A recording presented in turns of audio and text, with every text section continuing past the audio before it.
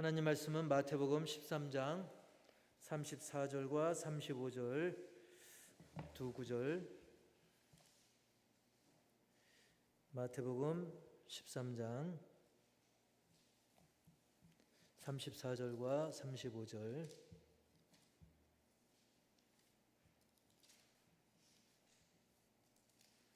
두 구절이니까 한 목소리로 다 같이 읽도록 하겠습니다. 시작. 예수께서 이 모든 것을 무리에게 비유로 말씀하시고 비유가 아니면 아무것도 말씀하지 아니하셨으니 이는 선지자를 통하여 말씀하신 바 내가 입을 열어 비유로 말하고 창세부터 감추인 것들을 드러내리라 함을 이루려 하심이라. 아멘. 할렐루야. 제목 시작. 드러내리라.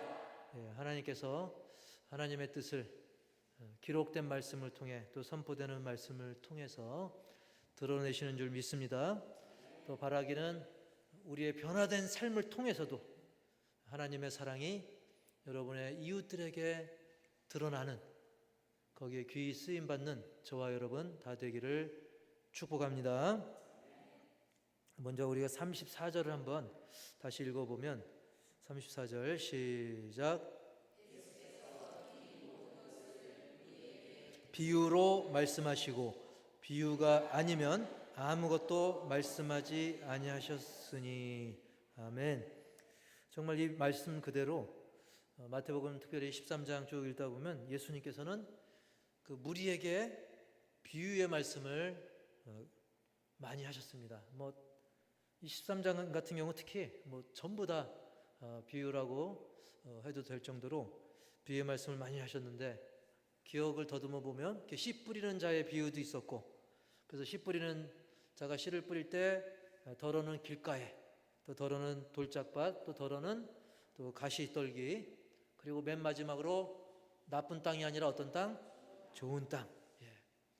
저 여러분, 우리 교회가 좋은 땅이 되기를 이미 된 것으로 사람들도 그걸 보고 부러워할 수 있는 또 많은 영혼들이 이곳으로 오기를, 또 여러분을 가까이 하기를 축복합니다. 자, 이렇게 씨 뿌리는 자의 비유도 있었고요. 또 원수가 밭에 뿌린 세 글자, 뭐의 비유? 가라지. 모르게 가라지를 뿌렸죠. 그래서 가라지의 비유도 있었어요. 그리고 굉장히 조그만 씨, 이게 뭐지 하고 보다 보면 이 콧바람에 훅 날아가 버릴 정도로 무슨 씨였죠? 겨자씨. 그리고 가루 몇 말에 넣은 누룩이었죠? 가루 서말에 넣은 이 누룩의 비유. 정말로 이렇게 막 몽창 다 이 비유로 무리들에게 말씀을 하셨습니다. 자, 이것은 그때 그 상황에서 비유를 예수님께서 무리들에게 비유로 말씀하셨다는 거지. 근데 사람들 일부 오해하는 경우가 있어요. 예수님은 말씀할 때마다 무조건 다 비유였다. 그리고 거기서 좀 더 나가면 성경 전체가 다 비유다라고 이단들은 그렇게 몰아가는 경우가 있어요. 왜? 사실 그래야 자기들한테 유리한 부분이 있거든요. 그래서 모든 거를 비유라고 해야 막 비유는 이렇게 여러 가지로 이렇게 변형시키고 또 이야기로 되다 보니까 거기에다가 해석의 가능성이 굉장히 많아지는 거예요.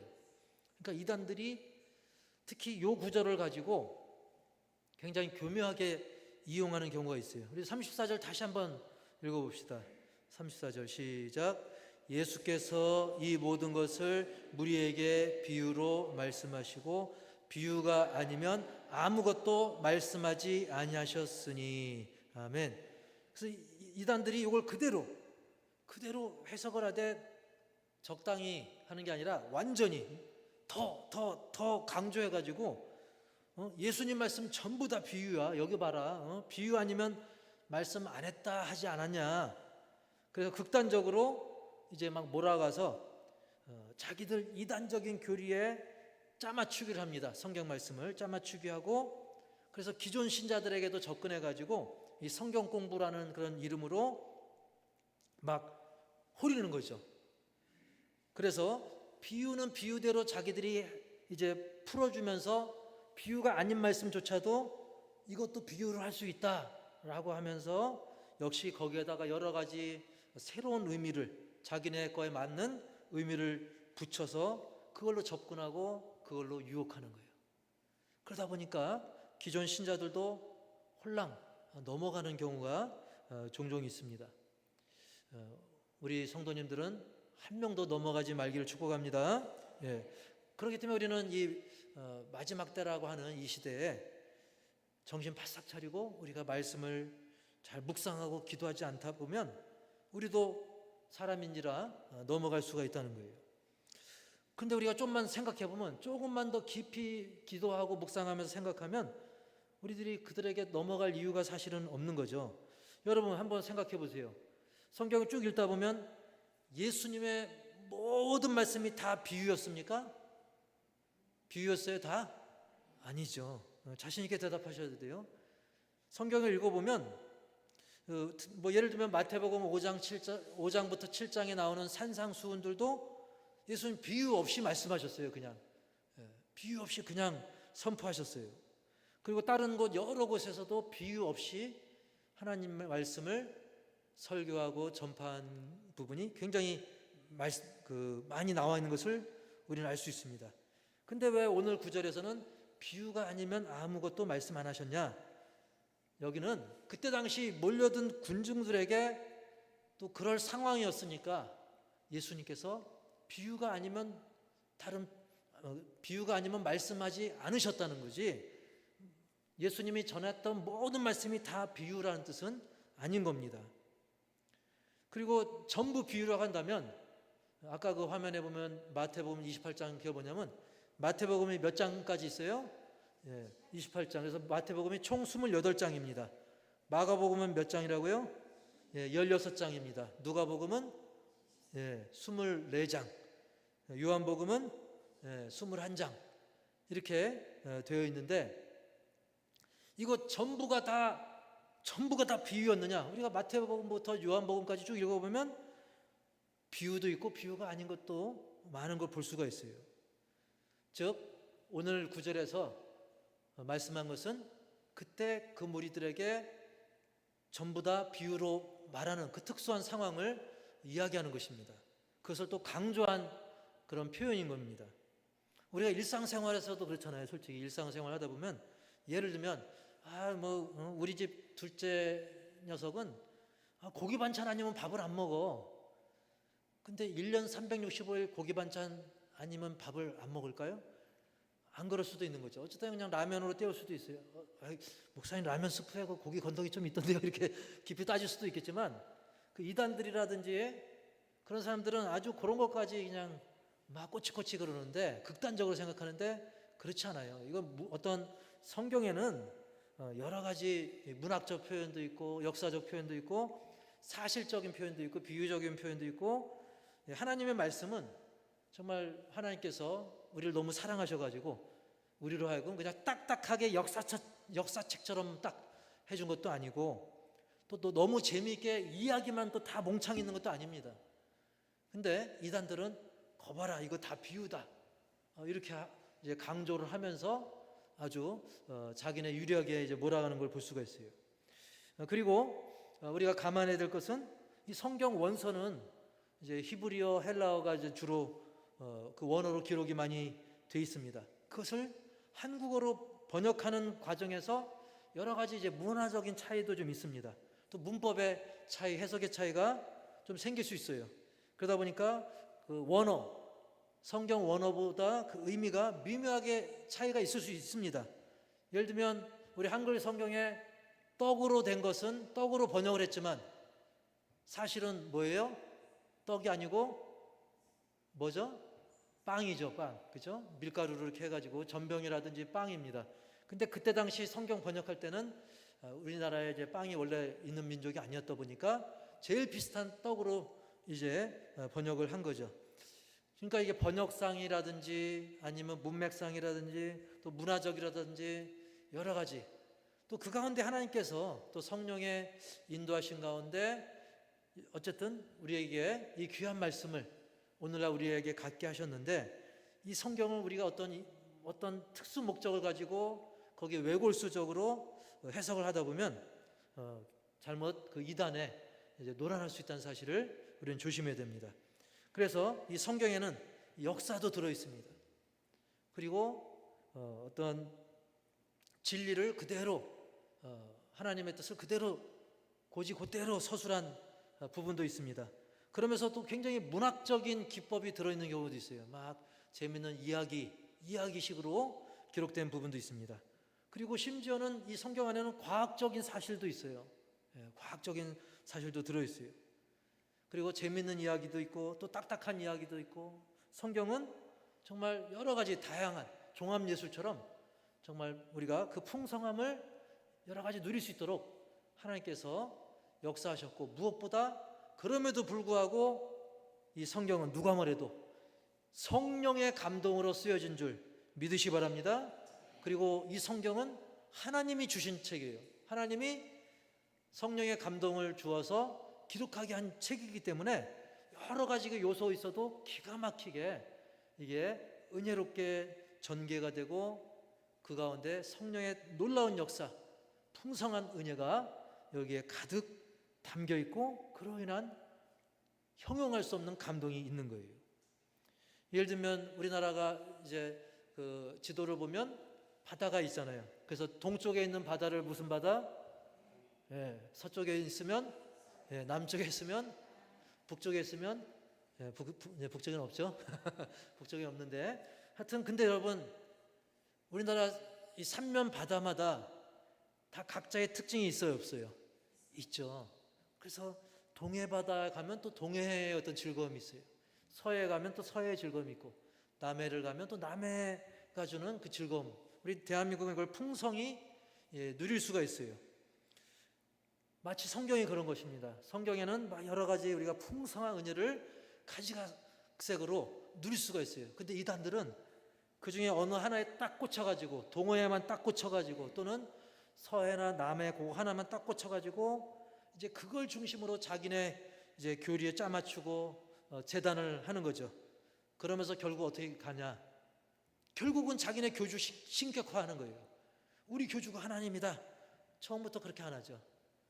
교묘하게 성경 공부하면서 살살 몰아가서 성경은 이거다, 동해다. 어떤 이단은 서해다. 어떤 교단은 남해다. 예를 들면 그렇다는 거예요. 예를 들면.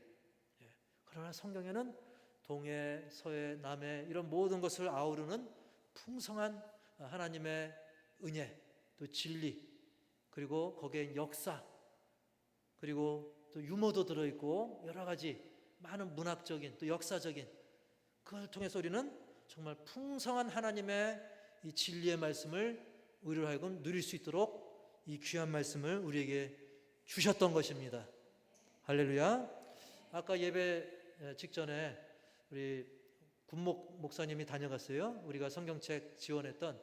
그래서 그때 영상으로도 감사 표현을 했지만 오늘도 또 이렇게 오셔서 너무나 감사하다라고 그 성경을 이제 장병 한 명이 이렇게 하나씩 볼 수 있다는 거, 그걸로 굉장히 감사함을 다시 한번 표현하더라고요.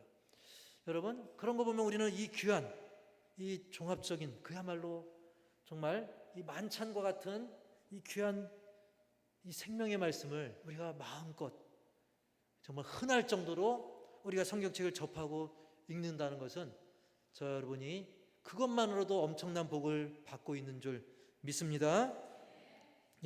그렇기 때문에 우리는 어느 하나로 몰아가서 자기네 교주 신격하고 많은 사람들을 지옥의 수렁으로 빠뜨리는 그런 이단에 결코 넘어가지 마시고 거리를 두시고, 왜냐하면 그들은 딱 해석하기 어려운 것만 골라가지고 그걸로 질문 던져가지고 막 끌어가거든요. 그래서 그들과는 반드시 거리두기 하고, 그들은 다 이 계획을 갖고 있어요. 이렇게 대답하면 이렇게 하고 이렇게 하면 이렇게 해서 나름대로 공식이 있습니다. 그래서 우리가 섣불리 그들과 어울리면서 거기에 빠지지 않도록 늘 이제 경계를 하시길 바라고요. 어쨌든 확실한 것은 예수님이 본인이 이제 밝히신 것처럼 비유가 아니면 아무것도 말씀하지 않았다고 그랬는데, 왜 굳이 비유를 많이 말씀하셨을까? 원래 그 비유라는 게 뭐냐면 비유의 원래 뜻은 읽어볼까요? 원어는 파라볼레입니다. 파라볼레. 그 뜻이 뭐냐면 시작 옆에 두다, 옆에 던지다, 그런 뜻이 있어요. 예를 들면 이게 이 종이 있으면 이 종이 원래 이걸 설명하기 위해서 이 옆에 비슷한 거기에 대한 이야기라든지 뭔가 관련된 걸 통해 가지고 이거를 확실하게 이제 설명해 주는 거죠.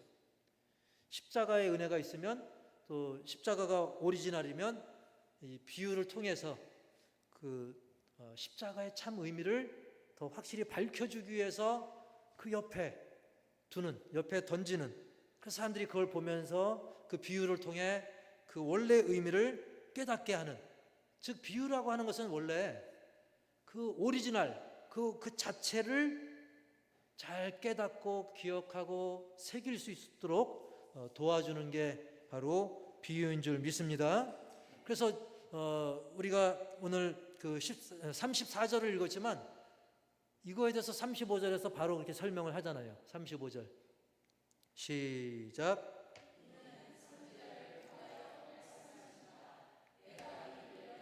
비유로 말하고 창세부터 감추인 것들을 드러내리라 함을 이루려 하심이라. 아멘.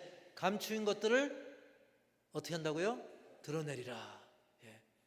예를 들면 여기 십자가에 감춰져 있는 그 의미를 비유를 통해서 더 드러내 주는 거죠. 그러니까 원 의미를 모르게 하려는 게 아니라 더 드러내게 하려는 거예요.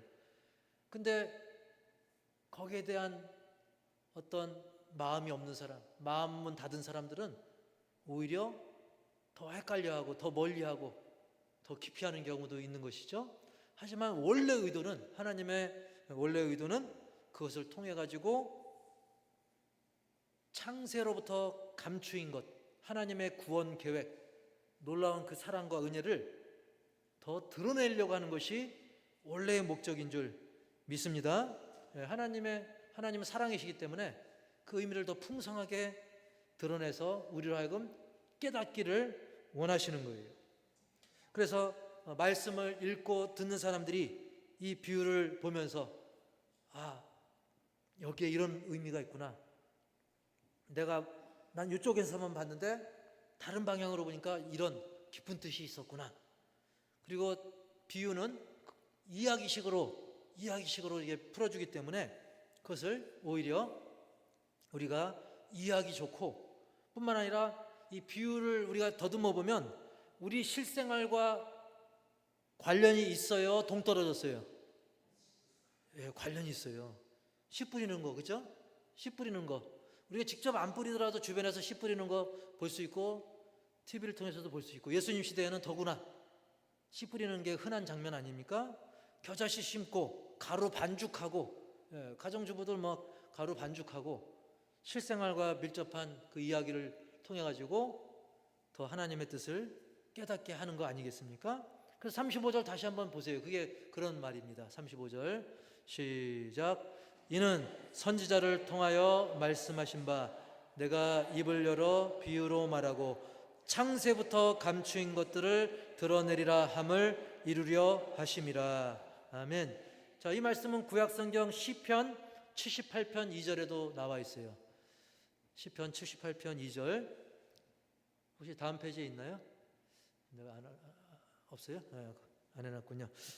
제가 읽어드리겠습니다. 시편 78편 2절에 보면 내가 입을 열어 비유로 말하며 예로부터 감추어졌던 것을 드러내려 하니, 이렇게 아삽을 통해서 기록된 그 시편 78편 2절에도 이렇게 이 비유의 의미를 이렇게 밝혀주고 있다는 사실입니다.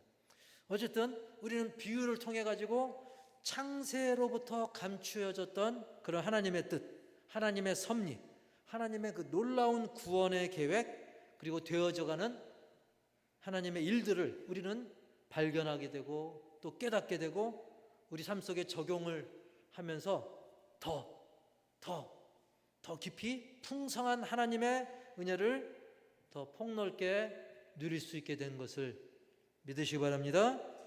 그런데 이런 하나님의 의도에도 불구하고, 그렇죠? 하나님의 의도는 구원하는 것이지만 구원 못 받는 사람도 있고, 구원을 극구 거부하는 사람도 있고, 심지어는 숨이 끊어져 가는데도 제발 고백만 하라고 해도 끝까지 거부하는 사람들도 있잖아요.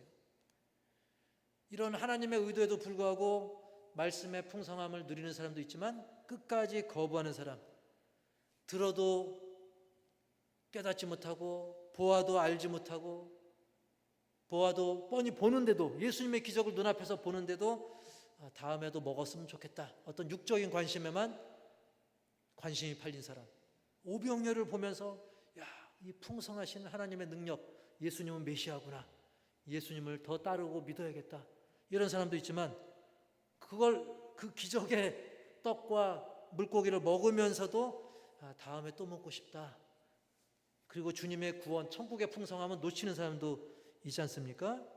이렇게 주어져도 깨닫지 못하는 사람도 있어요.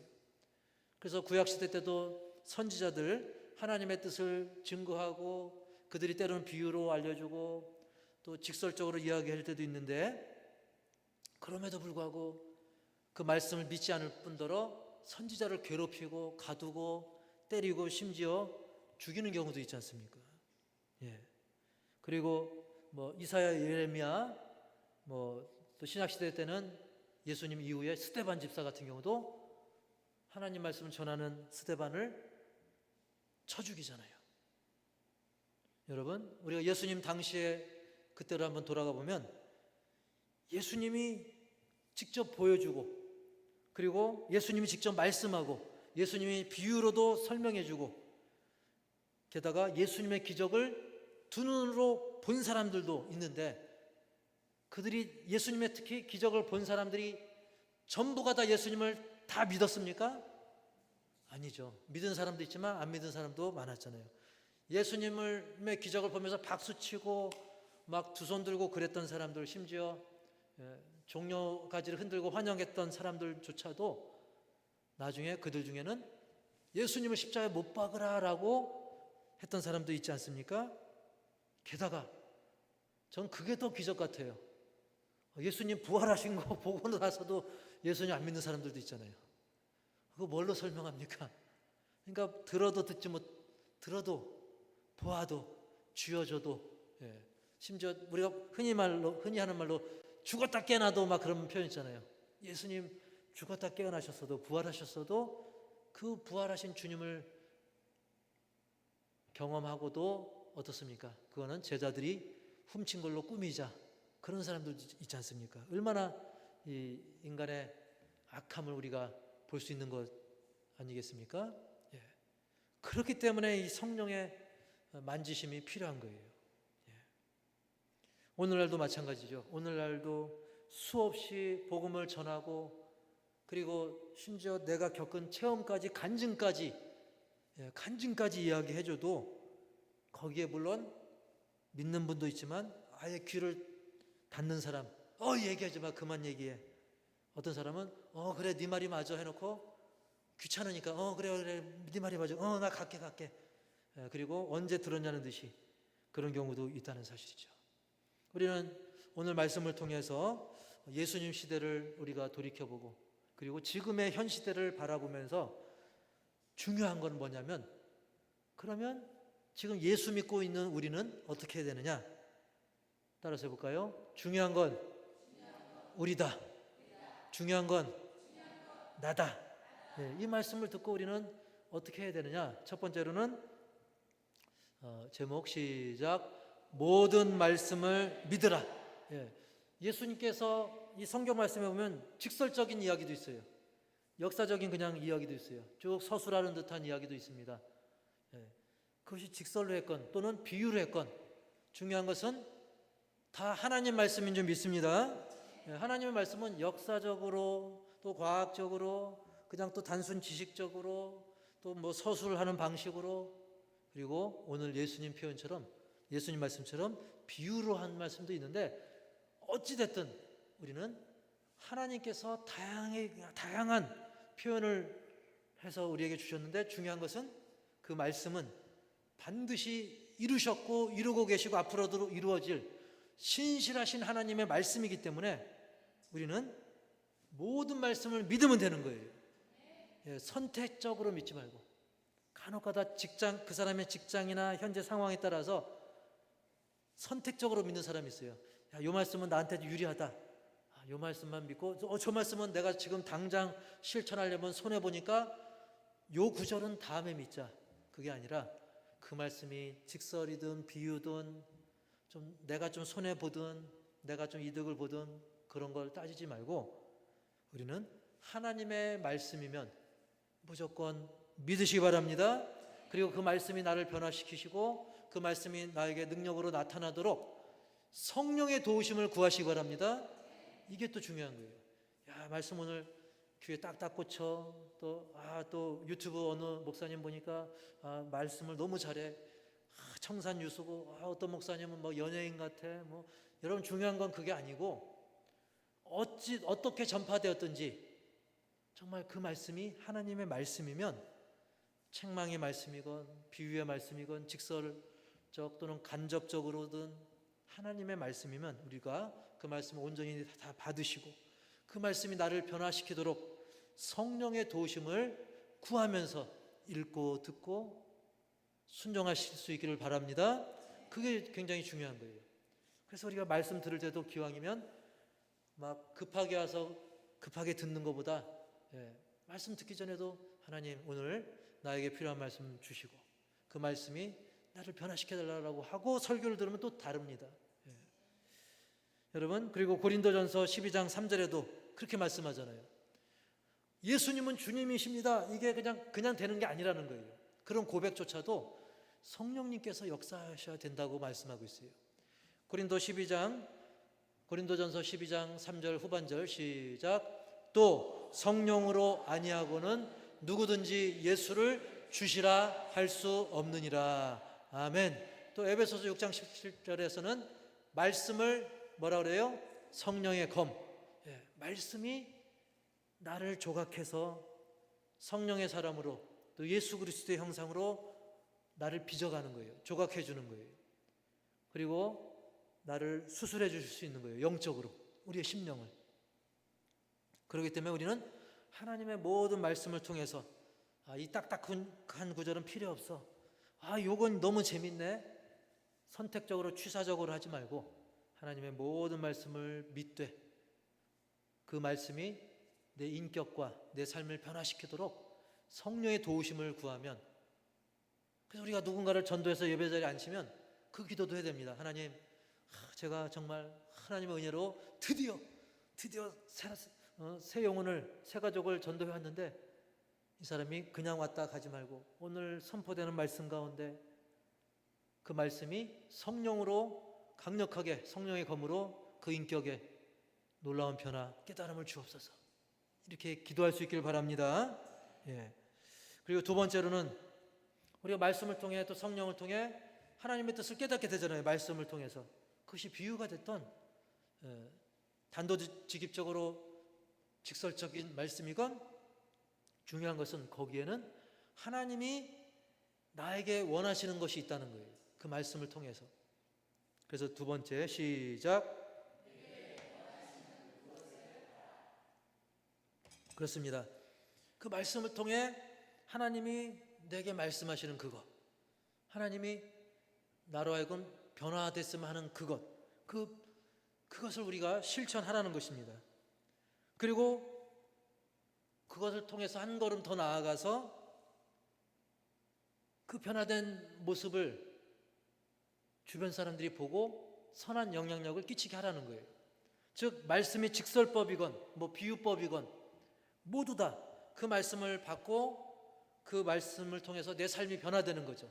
그러면 내 변화된 삶, 내가 이웃을 구제하고 또 사랑하고 또 거짓말을 옛날에 10번 했는데 이제 한두 번 하다가 또 지나니까 이제 거짓말도 아예 안 하고 또 인격이 막 싸나웠는데 이제 막 부드러워지고 온유해지고 이런 걸 보면 그 사람들이, 그 사람의 모습 자체가, 그 변화된 삶 자체가 복음의 역할을 같이 해주는 거죠. 그래서 입으로는 전했는데 변화되지 못한 모습을 계속 갖고 있으면 오히려 이제 가로막힘이 될 수 있는 거 아니겠습니까? 여러분, 그래서 우리가 이웃구제하고 선교하는 걸 또 총체적 복음이라고도 표현도 합니다. 왜? 변화된 마음으로 이웃사랑을 몸소 보여주지 않습니까? 그것뿐만 아니라 정말 내 변화된 인격이 선한 영향력을 주는 거예요. 그래서 내가 전하는 복음이 물론 직설로 복음을 전할 수 있어요. 비유로 복음을 전할 수 있습니다. 그리고 이제 내 간증으로 또 복음을 전할 수도 있어요. 근데 중요한 게 여기서 한 가지 더, 총체적 복음. 내 삶의 모습이 복음이 될 수 있는 겁니다. 야, 저 인간 과거에 이랬는데 이렇게 변화됐구나. 그의 삶 자체가 복음이 되는 그런 여러분이 되길 축복합니다. 예, 그래서 아까 제가 이제 서두에 그런 말씀을 드렸죠. 이 비유라고 하는 것은 옆에 두다, 뭐 옆에 던지다, 그런 뜻이라고 했는데, 어쨌든 우리는 예수님의 비유를 대하면서 우리는 그 오리지널, 그 원뜻, 예, 그 원래의 뜻, 그것을 깊이 새기고, 뿐만 아니라 주님께서 비유로 주신 말씀, 그것도 역시 모두 다 풍성하게 성령의 인도하심 속에 풍성하게 묵상하고 그걸 누리고 그 깊은 뜻대로 내 삶에 잘 적용해서 더 풍성한 은혜를 따라삽시다. 나도 누리고 주변에도 드러내자. 예, 그러한 총체적 복음의 삶, 풍성한 삶을 살아가는 저 여러분 다 되기를 주님의 이름으로 간절히 축원합니다.